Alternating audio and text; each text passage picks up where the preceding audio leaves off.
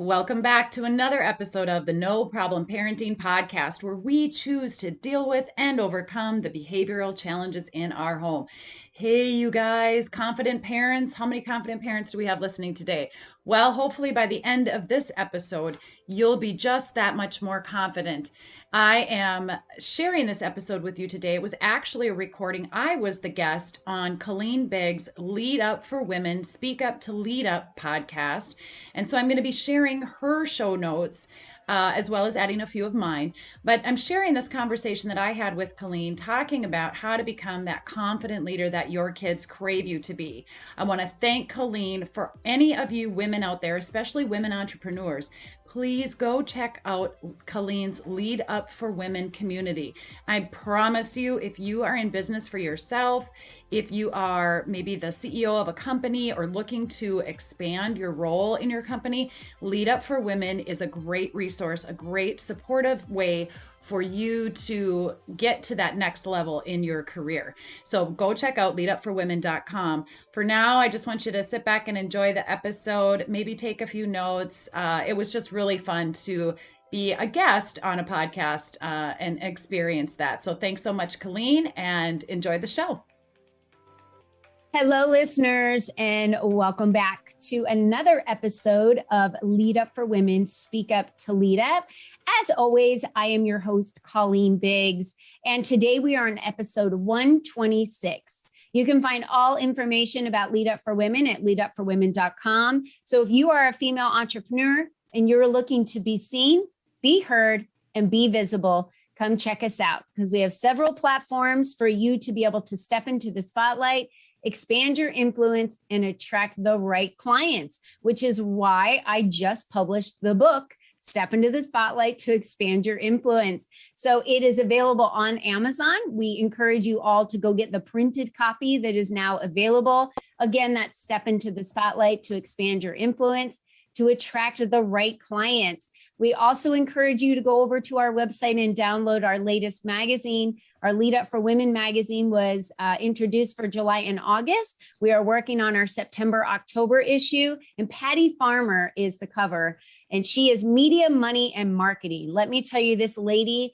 is a powerhouse. She has been trained by Damon John, if that gives you an idea.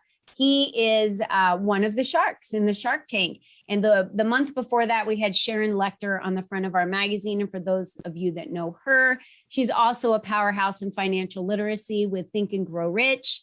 She worked with Rich Dad, Poor Dad and helped build that brand with Robert Kiyosaki. So again, a legend. I'm so blessed to be able to have these ladies grace the cover of our magazines and share their tips with you. So if you want to read all about them and how you can learn more about financial literacy or marketing and media, please hop in and grab a copy of those magazines for you. Now, today, I'm really excited about our title that we have. The title that we are doing for today's episode is about creating a confident parent. What is that? I'm a confident parent, you would say. Well, what do you mean I'm not a confident parent? I would say that every single one of us as parents have struggled with confidence of being a good parent throughout our lives of raising our kids. I remember when I was first handed my first baby and they placed her in my arms, I was like, now what do I do? How do I raise this baby? How do I know that the discipline tactics I use are right or wrong? How do I know if by punishing her, she's going to learn? How do I know if I should have consequences? There are so many questions I have asked myself, and trust me, as my children are now in their 20s and 30s, they have shared with me all the areas that I have screwed up in their lives, and they share it with me easily. I think I get more of the screw ups than I actually do. Hey, mom, you're a great mom, right? I get more of the, yeah, well, do you remember when? It's like, yeah, I remember that, but what am I supposed to do? I can't change it, right? That was only 20 years ago. What am I supposed to do about that now?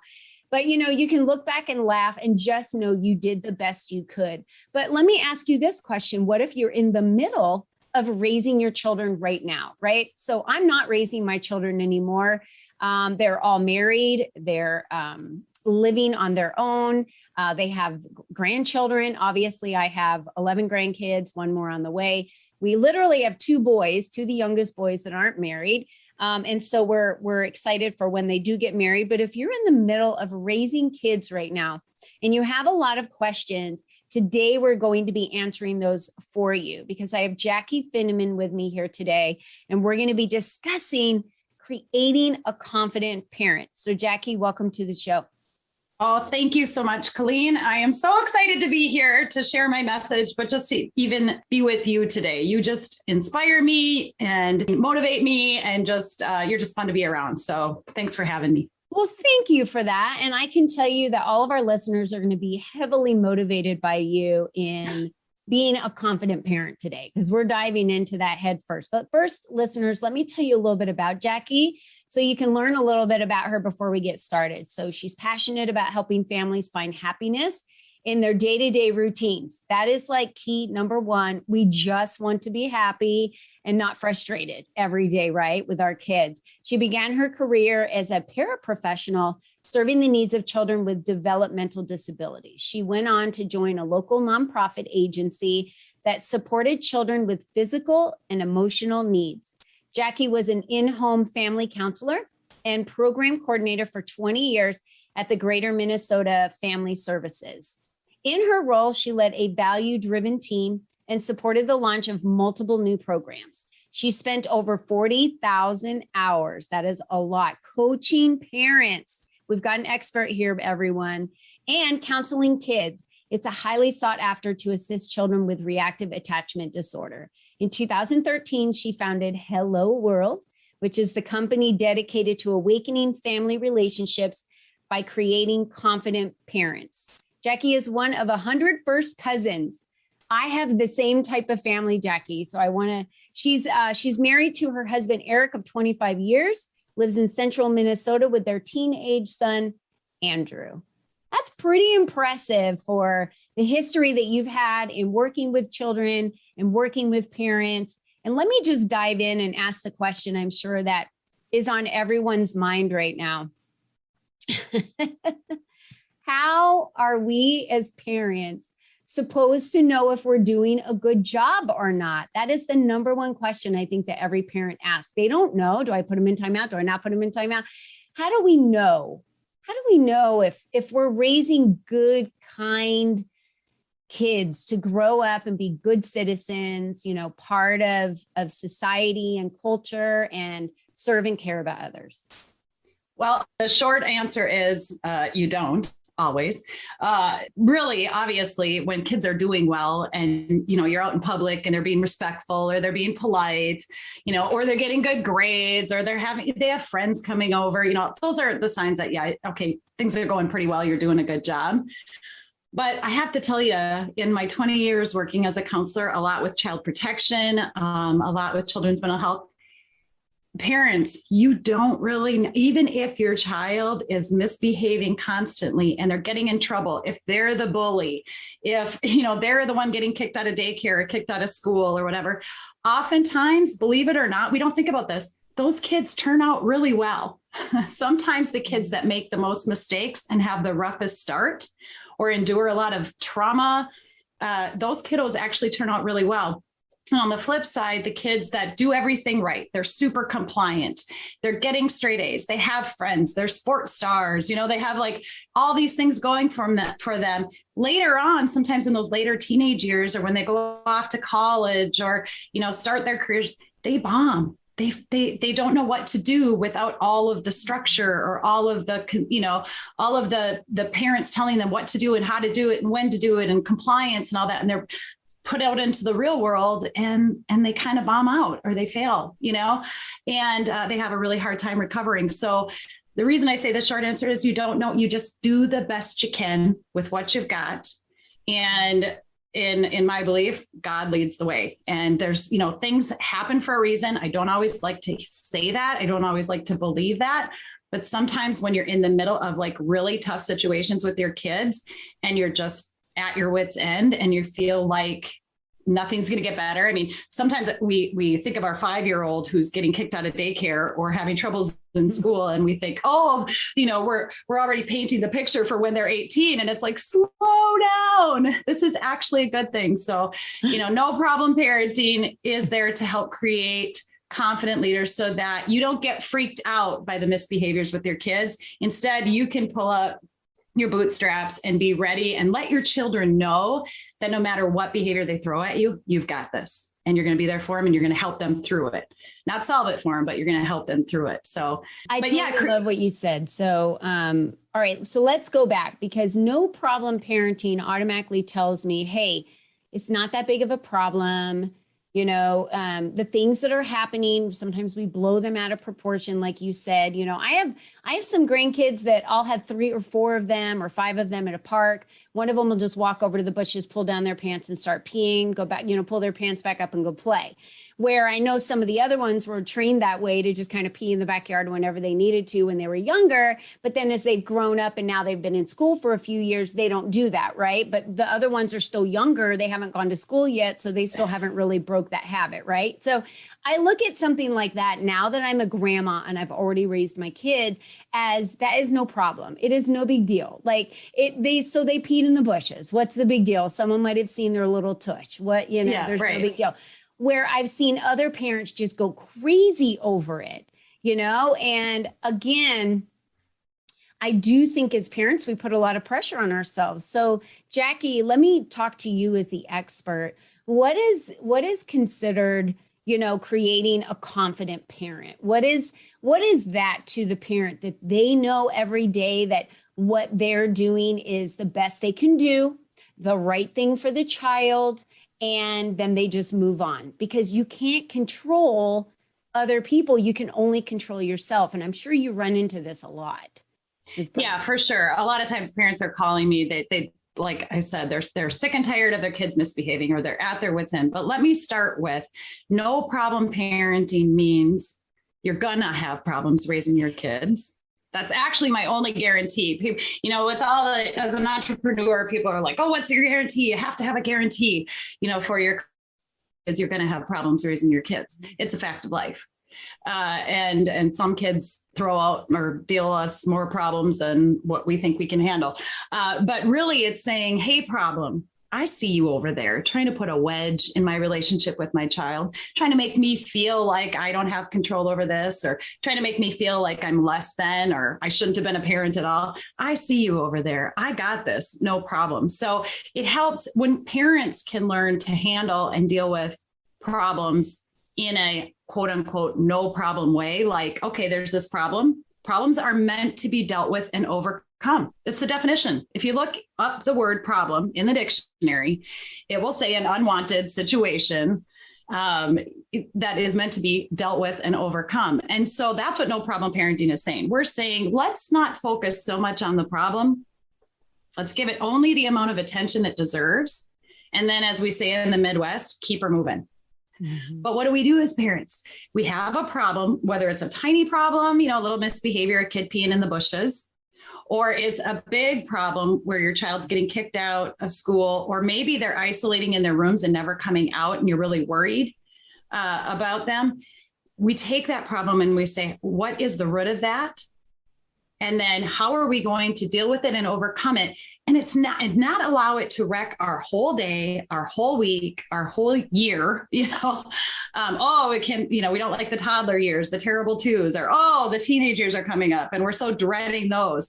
No problem parenting teaches you to look forward to your kids misbehaving, mm-hmm. because you've got the tools and the resources that even if you don't know what to do in the moment, you can pause, you can figure it out and come back to that and deal with those behaviors and those problems and overcome them. So, mm-hmm. Yeah. So, the phrase, the calm before the storm. Yeah. So what I've seen in some children that are just like you said, straight A students, everything's great. They're, got the good grades, great friends. They get a, part-time job. You don't have any issues with them. And they're kind of quiet and maybe, reserved, or they're just like the perfect child, right?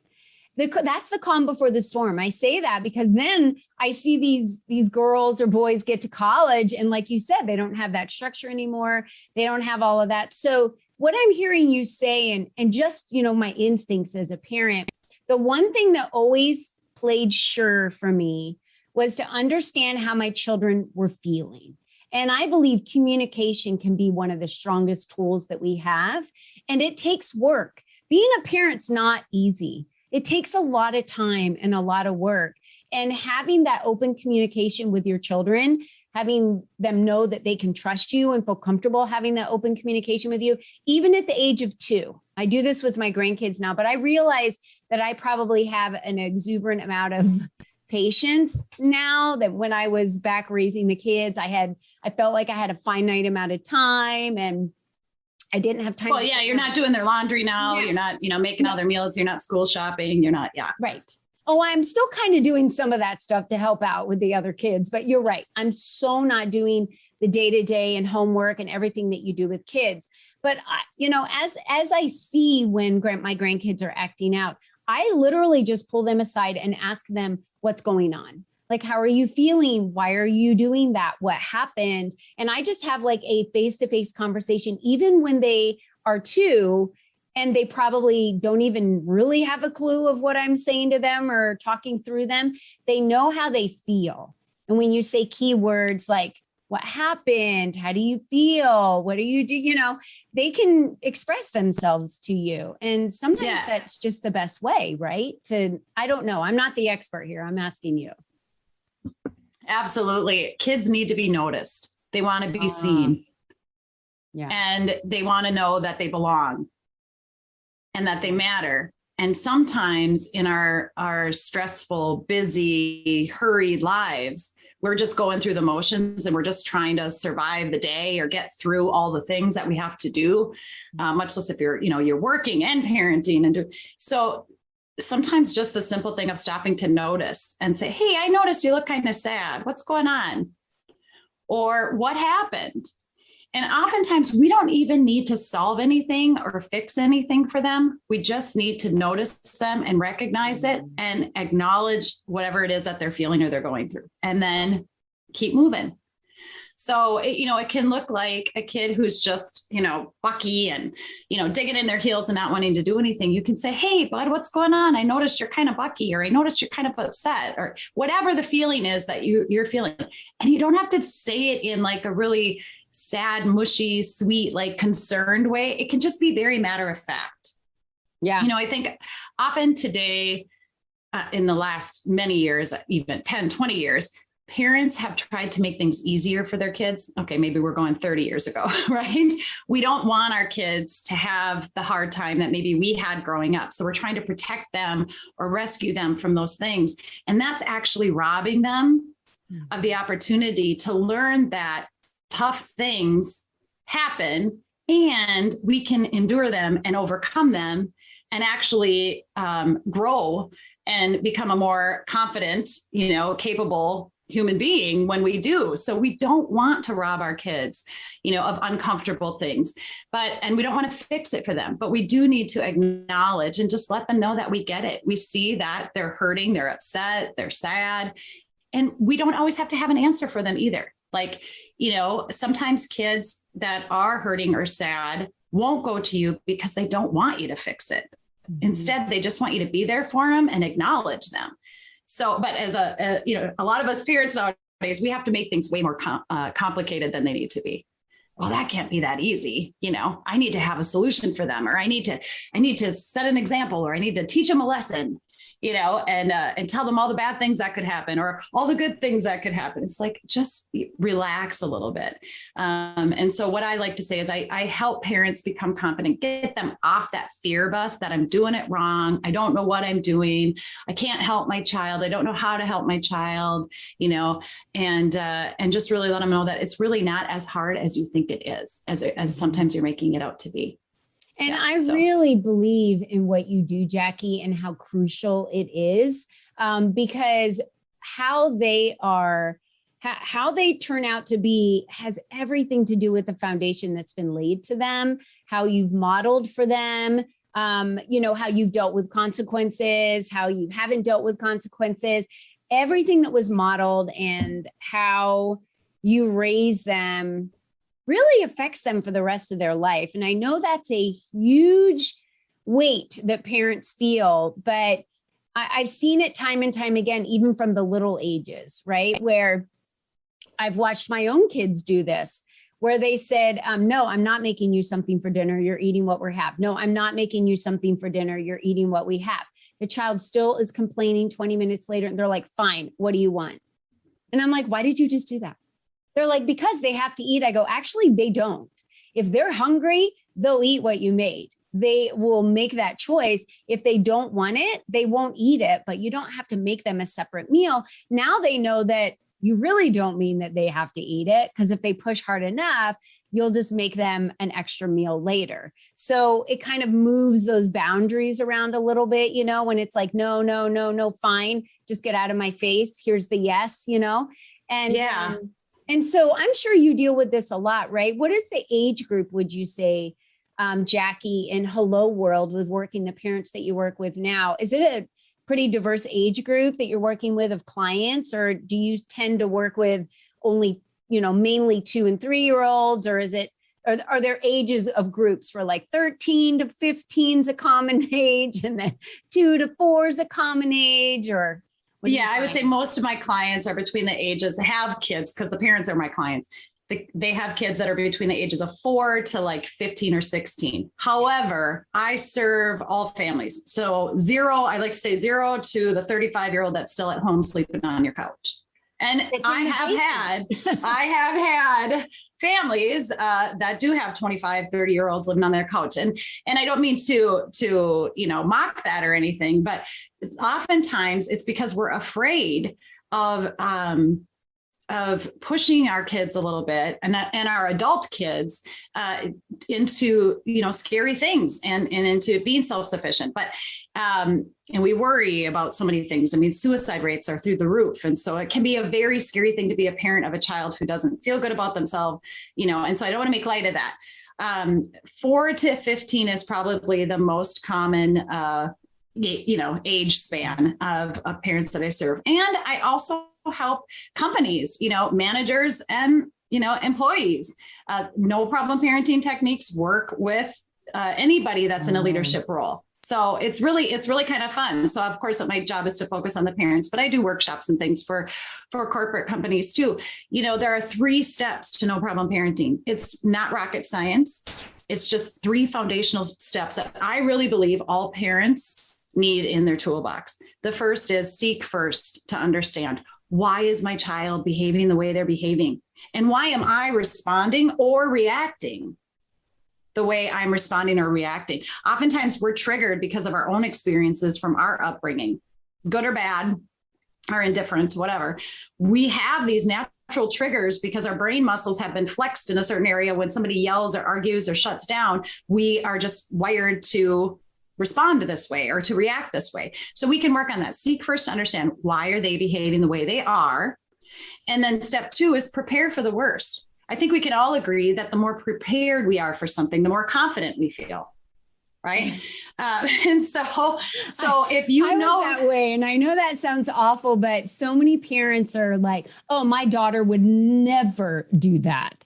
And it's like, might want to have a talk with your daughter, because my daughter's telling me what your daughter's doing. And so it's interesting when it's like, yeah, I did prepare that maybe all my daughter's friends were pregnant in high school. Every single one of them wound up pregnant. So I prepared myself, even though I prayed every single day, educated her, taught her, please don't become pregnant. This is not the way that we do this when we start families. And I just prayed every day, but I was prepared. Like I knew I've seen it happen. I was preparing for it. So I love that you're being so realistic, Jaci. Like this is so basic, realistic things that parents overlook. I mean, seek first to understand the situation, talk to and communicate with your child, understand why the behavior is happening, and then prepare for the worst. The worst that could happen is death. I always say we can't recover from death, but we can recover from everything else. Diseases, accidents, kids going to prison. You can recover from all of that. Yeah. And I love what you say too. I love what you say too, though. I have to say this really quick. Everything's figure outable. Yeah. And that is true with parenting. So while we can't always be fully prepared, I mean, our kids throw us curveballs, life throws us curveballs, traumatic things happen, unexpected things happen. Yeah. We can, for those chronic behaviors or those behaviors that, every time you go to the grocery store, the kid's pulling off a candy bar and wants it, I mean, there are things that we can be prepared for so that we're not that nagging voice doesn't come out and that frustrated no and yell and I told you so and all those kinds of things just don't come out. And if they do, well, we've got a plan for that as well. We, as parents, we make mistakes. The No Problem Parenting, I have an online course that in a membership community, and in there, in the videos that I recorded, it's just 96 minutes, not a long thing. I talk about how I called my kid a dumbass. I'm a parent coach. I was a counselor for 20 years. Probably not a good idea, right? Like that's probably not one of my most favorite moments. I even asked permission of my son if I could share that in the course. And he said, yeah, Mom. He said, for sure, do that because it makes you real. You get it, Mom. And you're not always perfect and you're not always on. And I think that's another thing with, even if we're prepared for the worst thing that the worst thing that could happen, when it does happen, or if it does happen, it's still going to affect us emotionally. We're still going to, it's still going to affect us, and we can figure it out, and we can overcome it. Yeah. I mean, you prepare for the worst of having extra money in the bank. You prepare for the worst by having extra food on hand in case there was a drought or something happened and we didn't have access to food. Like, look what happened during the pandemic. I didn't have to go shopping for toilet paper for like 4 months when everyone else, or food, and everyone else was freaking out, right? So you prepare for it, but it doesn't make going through it easy. But you're still well prepared for it. You're right. There's still the feelings. Okay, I'm dying for tip 3. You got to share this with us. All right, are you ready? I'm ready. Step number 3 is to change the conversation. Now that might seem Captain Obvious, but really by the time you've done step 1, seeking first to understand, and you've been preparing for the worst, so you're responding versus reacting, you've already naturally changed the conversation in the home. And that really is the key. And a lot of us, I mean, it sounds simple, excuse me, to change the conversation sounds so simple, but it's a lot harder in the moment, right? Everybody can relate to that. Like when you're stressed and when you have all this external stuff coming at you, even if in your mind and you go to bed and I'm going to do better tomorrow, I'm not going to yell and I'm not going to get annoyed and I'm not going to get frustrated, stuff still happens. But then even when we make mistakes, because you're going to have problems raising your kids, you're going to make mistakes as a parent, you can forgive yourself and still and then show them what a confident leader looks like. I messed up. So when I called my son that, I don't even like to say it now. And not that I hadn't heard that language growing up or my parents didn't, mess up or say that stuff to me, but I made it up to him in a big way. I use what I call the make it right technique. I learned it many, many years ago. And so it's not just about saying I'm sorry to the kid and then like feeling, appearing really weak and sort of incapable when you apologize to your kid. Instead, it's I'm sorry for, if you're going to start with an I'm sorry, but I'm going to tell him, the other day on the pontoon when you were driving and you weren't paying attention and this other boat was coming, I freaked out. I got triggered by that. I got scared and I plowed you over and grabbed the wheel and called you that name. And that was wrong. I shouldn't have done that. And I'm sorry. And then I made it up to him. He got like this plate full of chocolate chip pancakes. He was like 10 years old and that was still a thing for him. So, and I would continue to apologize. And at one point he said, Mom, it's good. You're good. I'm okay. But sometimes as parents, we feel, even though it's over, we've apologized, we've made it right, we've done what we needed to do, we're still beating ourselves up for it. And our kids don't need that. They don't want that. They crave our confident leadership to know that you're okay. And when you can be that confident leader for your kids, you're also more safe. They view it as safety, security, and they trust you more. So if you're saying, for instance, to your teenager, you're giving them all these warnings about going out or driving their vehicle. And of course, you're going to do some of that stuff. You're going to be like, make sure you're safe, put your seatbelt on, drive the speed limit, watch for cars. I'm not worried about you. I'm worried about the other people on the road, say all those things. But we don't need to fear our child, what's going to happen to our child before it even happened, because that makes us seem like we're not confident in their abilities either. And then they can't be confident. And then they'll start to do sneaky things, or something will go wrong when they're not around us and they don't want to tell us because they're worried we're going to freak out. Oh, if my mom only saw that, or, oh, if my mom only knew that, she'd be freaked out. And, we don't want that for a couple of reasons, but I think really the most important reason is because if my child is ever in an accident or drinks, underage, or does something really stupid, makes a mistake, I want them, no matter how bad it is and how scared they are to tell me, I want him to be able to make that call and say, Mom, I messed up. Yeah. My kids have done that entire list and more. Yeah. In fact, they've wrecked every vehicle my husband and I have ever had. And then one of my daughters that backed my vehicle into my husband's vehicle in the driveway, she wondered when she was grown up and I had gotten a nicer vehicle, why I wouldn't let her drive it. And I said, well, you ran my vehicle into your dad's vehicle. Why do you think I don't let you drive my vehicle? Why would I let your brother drive it and not you? He's never wrecked any of our vehicles or ever been in an accident, actually. You've been in 4. Yeah. And so my response to her might have been something like, that is a really good question. I know you're smart enough to figure that out. Why don't you, when you do, why don't you come tell me? And then you just keep her moving, because it's like, she knows, why am I not driving the nice vehicle? Right. Little stinker. Yeah. She knows. So, yeah. I love this conversation, and I know we have to wrap it up, but you gave us some amazing tips today on how we can be more confident. And I love being the confident leader. I say this all the time.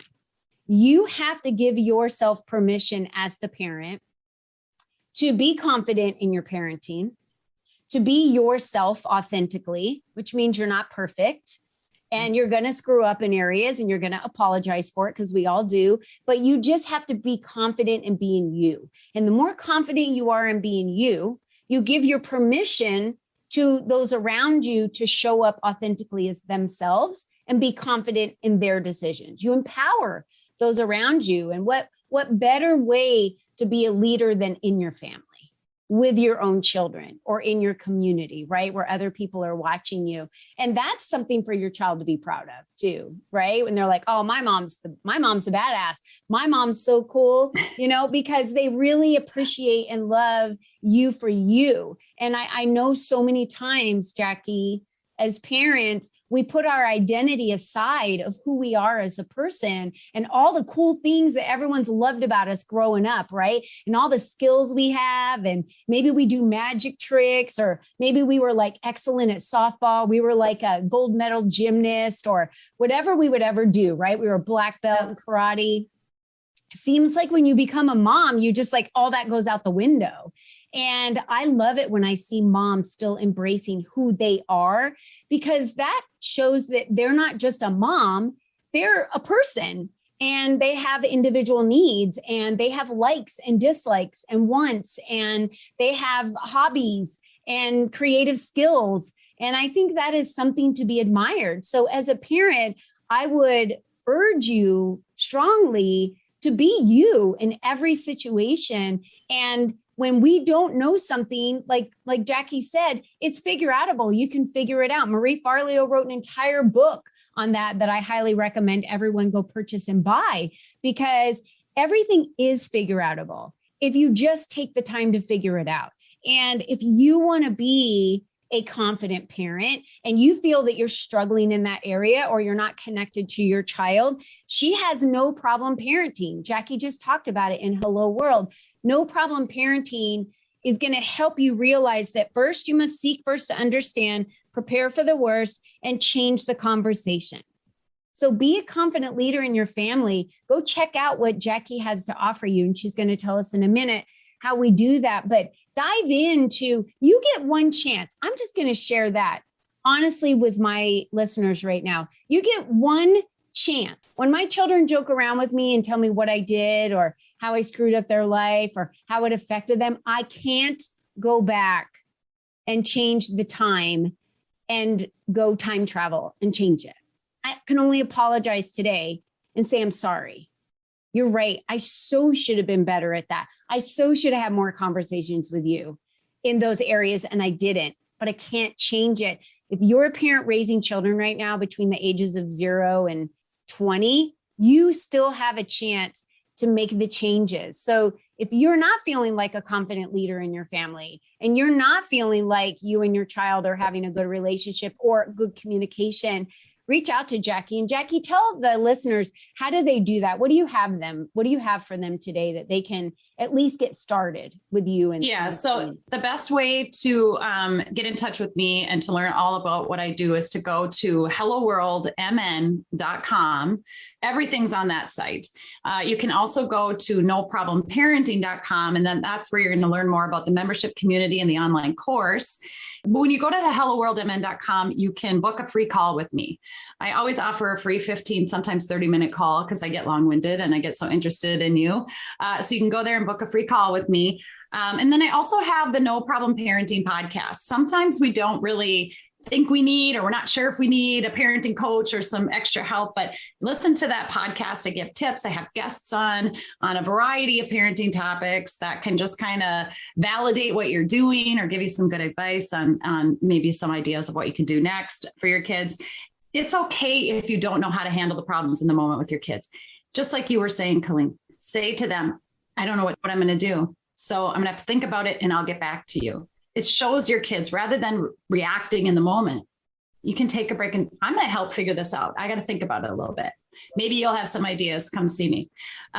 The other thing is, if you're in a situation right now as a parent and you feel like, oh, this sounds all cotton candy and sugar coated, and my program is not a cotton candy approach. You guys, we're going to get to the dirt. One of my favorite things to do is go four-wheeling in mud and dirt and play and just get all messy and dirty. And I love the feeling after getting all cleaned up, right? So it's the same as the dirt in your home. Let's get to the dirt and then let's clean it up. Don't feel bad if things are really bad right now. Yeah. There's a solution. That. There is a solution. Yeah. And don't feel like you screwed everything up, right? We're only human. We can only do at the length of what we know. And one thing I read in the Secret of the Millionaire Mind book that was advice that he got as a child or as a young adult, which changed his life, was don't worry if things aren't going the way they should be going right now. It's because you don't know what you don't know. You don't know what you don't know. So stop beating yourself up. That's why we have this podcast. We're giving you the opportunity to get into the Hello World community, jump into their Facebook group, meet some other parents that are going through exactly what you're going through. That's the thing, right? I'm not surrounding myself right now with moms groups because that's not where I am in my world. I want to surround myself with grandma groups. I want to surround myself with female entrepreneur, women that are building their businesses because that's what season I'm in. So if you're in the season of raising your children, you need to be surrounding yourself with a network of people that are doing the same thing. It's the best support. And what better way to do that than in the Hello World Facebook page? So thank you so much, Jaci, for being with us today, for sharing these tips, for giving us the confidence to be a confident parent and a leader in our family and know that there's a way for us to do that out there. So thank you so much, Jaci, for everything you brought to our listeners today. It was like so many golden nuggets. I can't even tell you, just so many golden nuggets. And for all of those of you that are listening right now through the podcast, this will be available at the tip of your fingers. So all of her links that she talked about today, to get to her website, to get to her No Problem Parenting Facebook page, they're all available for you here at your fingertips. And for those on Facebook, we encourage you to go to facebook.com and go to at Lead Up for Women. And you can also there see our video. All of the description will be there, as well as the links from the show notes today. So Jaci, thank you again for joining us. And I just want to remind all of our listeners, remember, you are the only you that's ever been. You are the only you that will ever be. That's it. It's just you. So how you navigate the path you're on in your future, it's up to you. We all have choices. So today I say, choose to be a confident parent. Thank you, Jaci. Oh, I love it. I love it. That's exactly what we hope for you, to become that confident leader that your kids crave you to be. Thanks so much again, Colleen, for having me as a guest. Be sure to go to leadupforwomen.com to learn more information about Colleen. You can find Colleen's podcast on your favorite podcast app by searching for Lead Up for Women, Speak Up to Lead Up. And as always, go to noproblimparenting.com so that you can get started and become that confident leader for your kids. All right, for now, parents, hugs and high fives. You got this.